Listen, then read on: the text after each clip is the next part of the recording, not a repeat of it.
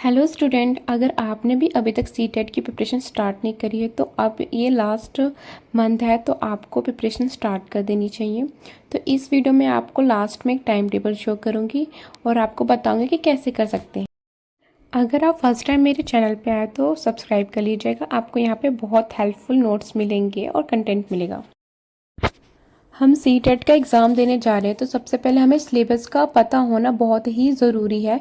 अगर आप पेपर 1 दे रहे हैं तो आपको पेपर 1 का सिलेबस अच्छे से समझ में आना चाहिए। पेपर 2 दे रहे हैं तो पेपर 2 का सिलेबस अच्छे से आना चाहिए।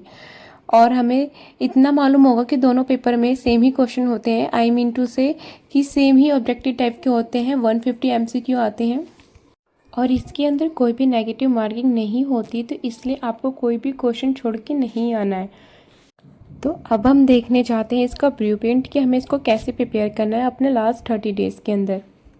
फर्स्ट वीक में आपको थ्योरी जैसे कि पियाजे की थ्योरी, वाइगोस्की की, कोलबर्ग की, इंक्लूसिव क्लासरूम की, इन सब की पढ़ लेनी है।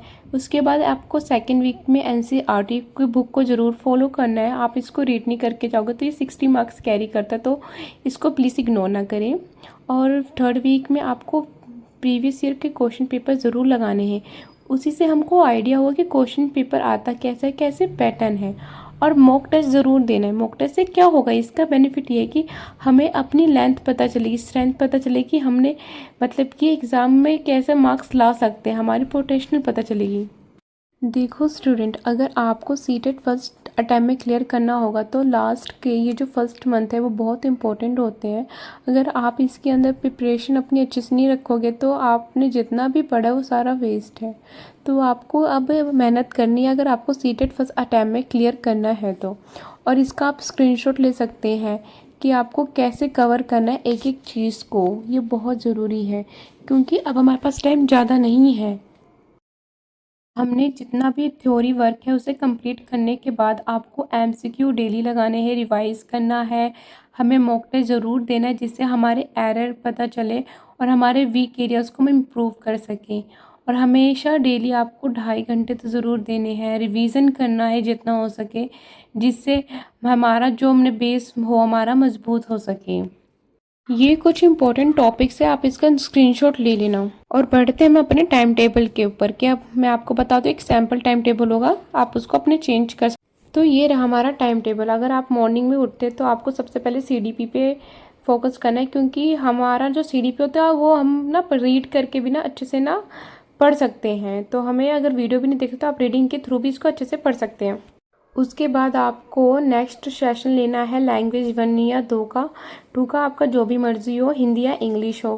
फिर उसके बाद आपको ब्रेक लेना है 30 मिनट्स को। उसके बाद आपका जो भी वो हो पेडालॉजी सब्जेक्ट, उसके अकॉर्डिंग आप अपनी स्टडी करें। फिर उसके बाद ब्रेक लें इवनिंग का, सॉरी आफ्टरनून का। उसके बाद दोबारा कंटिन्यू करें। अब इस बार आपको MCQ लगाना है, प्रैक्टिस करनी है।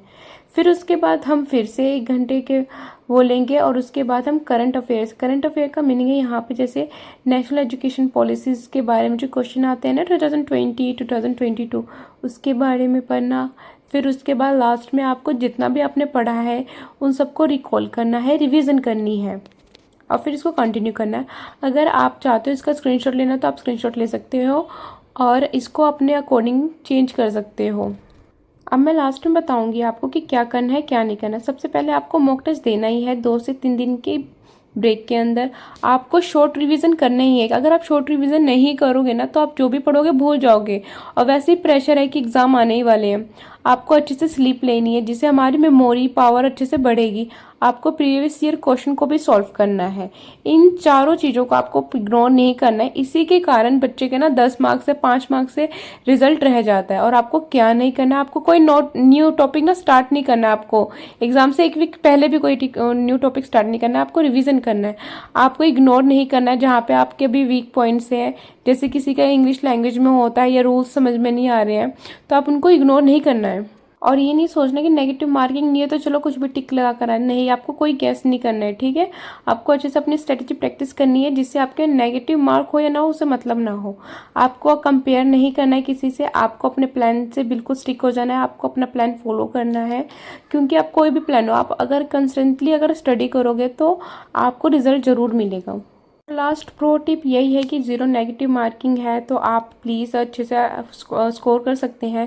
टैग वर्ड्स पे भी अच्छे से ध्यान देना। एनसीईआरटी को बिल्कुल ही मतलब भूलना नहीं है, आपको कवर करना है और अपनी स्पीड लेके चले, क्योंकि एग्ज़ाम में पता नहीं रहता, हमारी स्पीड का पेपर छूटने का डर रहता है।